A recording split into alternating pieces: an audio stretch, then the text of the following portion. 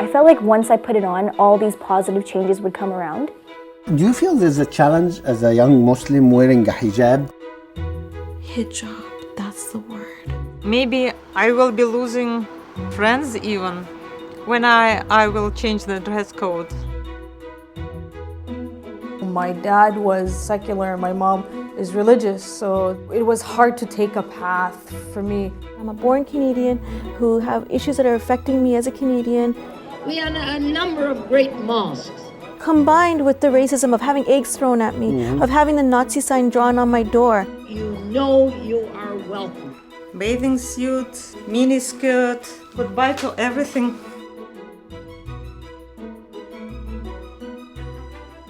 All of a sudden, after 20 years of wearing the hijab, I didn't want to wear it anymore.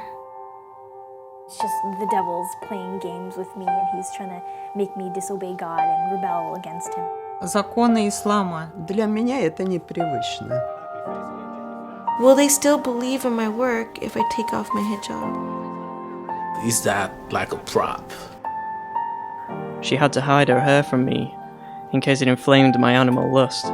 The purpose of the hijab is to hide everything, to protect everything I got. The act of taking it off makes me feel like a prostitute. I don't feel naked the way I thought I would. I feel like a queen. Предупредить, что это серьезный шаг. Putting on hijab is a good thing if you want to, but don't tie your brain with that. Allah can read my heart. That's what Islam is to me. We want freedom! What do we want it? Mom, today I am a hijabi again.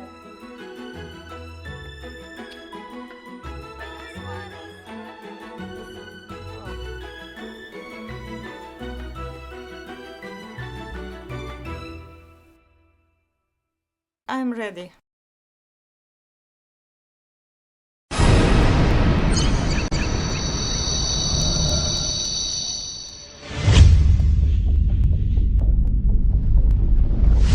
Laku ingat. Budaya Melayu Tersebut aurat. Oh my god, that is so wrong. Kenapa mesti nak cakap pasal saya? Kamu sudah tiba. Memang tu tak aurat. Jika laki-laki keluar rumah, Ada kena-mena dengan soal aurat. Tak faham dah. Tidak mungkin Tuhan menghukum orang yang tidak melakukan kesalahan. Obsession orang Islam, ada beberapa perkara nampak macam obsession dia. Salah satu obsession, tudung, isu tudung. Lagi satu, kalau kat Malaysia ni isu tudung, isu hudud, kan, maknanya isu sebat. Itu macam as if like semua ni macam jadi simbol Islam. Padahal Islam kan macam-macam. Yang persoalannya kenapa bila kita obses, kenapa bukan obses tentang isu keadilan, isu anti-corruption, isu kebersihan, isu etika kerja sebagai contoh. Itu kan semua part of Islam juga. So why bila sebut Islam je mesti ingat tudung, mesti ingat sebat.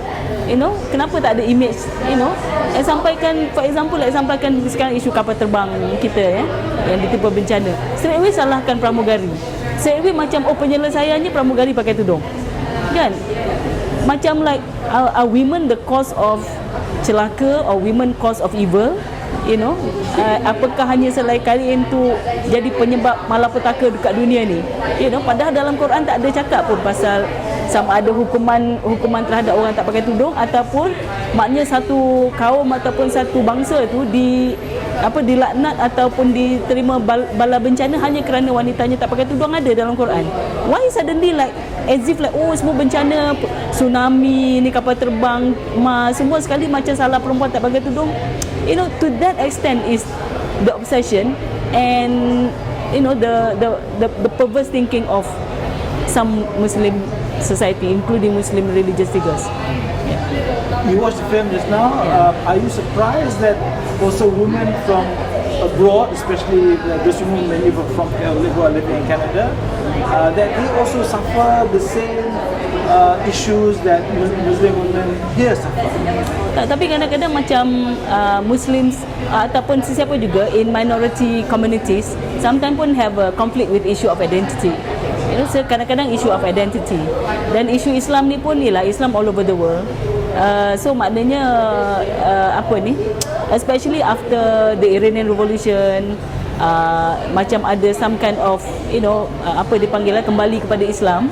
So salah satu isu yang dijadikan fokus adalah isu ni lah, pakai tudung untuk perempuan. Macam itu yang perkara penting untuk macam image Islam. Kembali kepada Islam tu salah satu image penting. Jadi bukan saja di Malaysia, di mana-mana lah. Dan after all, di negara barat pun banyak Muslim community di barat pun datang daripada negara-negara Muslim asalnya lah, sama ada daripada Asia Selatan ataupun daripada Timur Tengah. Okay, women like yourself, you're facing this just about every day, kan? How do you protect yourself from these people? Tak jugalah, maknanya semua orang ada challengesnya sendiri, kan. Cuma women ni challenges lebih sikit lah, sebab first kali dinilai daripada segi physical appearance dulu, kan. Jadi itu yang tadi isu dokumentari tadi tentang isu hijab, tentang isu identity. Dan kita tengok dalam tu men tidak rasa the same pressure to look like you are Muslim. You can wear anything you like, kan. You can, macam juga kadang-kadang kita tengok turis Arab yang datang Malaysia tu, the husband or the man can wear as western as they want, daripada topi Reebok, baju Adidas, kasut Nike, pakai short lagi, tapi dia punya wife dia mesti the quote unquote Islamic image, dengan pudar, dengan apa semua sekali, baju hitam, tak boleh colour lain, so it's always the women yang somehow kena jadi jadi simbol image Islam tu. Husband dia yang lelaki tak ada the same pressure. So you, how do you, for you? For me sendiri, saya itulah dia. Maknanya kita pertanyakan dan sama ada kita buat research sendiri ataupun we listen to different opinions. Dan kita pun, one thing about women is about our own personal experience. Our personal experience does matter. So not just me lah, any women or any man should actually reflect macam kita dekat Malaysian context. You sesuaikan ataupun you face up the challenges lah as you go along.